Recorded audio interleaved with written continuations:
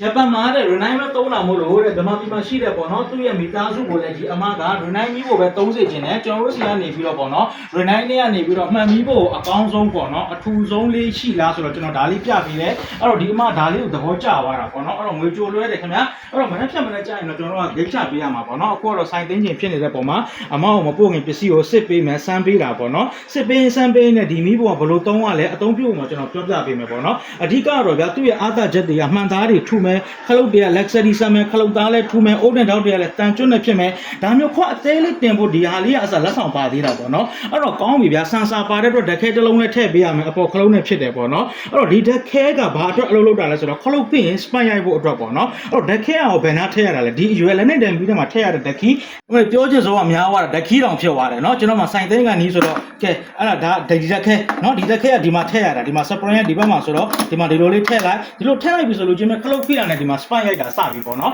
ဒီလိုခလုတ်ဖိလို့ဒီ spine ရိုက်တဲ့အတန်မကြားရဘူးဆိုရင်တော့ဒါတခဲအောက်ကုန်သွားလို့ပေါ့အဲ့တော့သူ့ကိုကျွန်တော်ပိုင်းနဲ့ join ပြီးတော့မီးလေးလည်းဆန်းပြပေးမယ်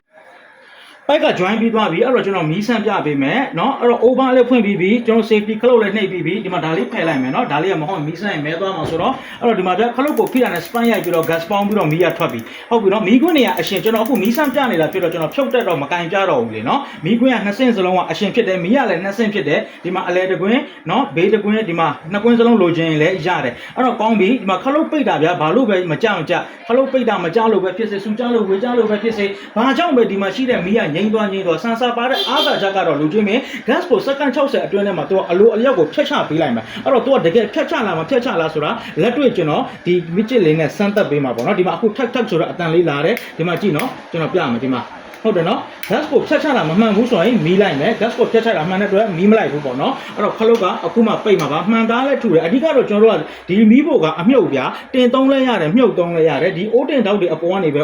အိုးတင်ပြီးတော့ချက်ပါမိခွင်းတွေပေါ်မှာဓာတ်ရိုက်တင်ပြီးတော့မသုံးပါနဲ့လို့ကျွန်တော်ပြောချင်ပါတယ်ခင်ဗျာကြီးစုအားပေးတော့လည်းအထူးပဲကျေးဇူးတင်ရှိပါတယ်ကျွန်တော်တို့ကိုအမျိုးမျိုးအနေနဲ့အရရက်ကနေပြီးတော့အားပေးကြတဲ့တဦးတယောက်တိုင်းဒီတိုင်းကိုလည်းအထူးပဲကျေးဇူးတင်ရှိပါတယ်ခင်ဗျာ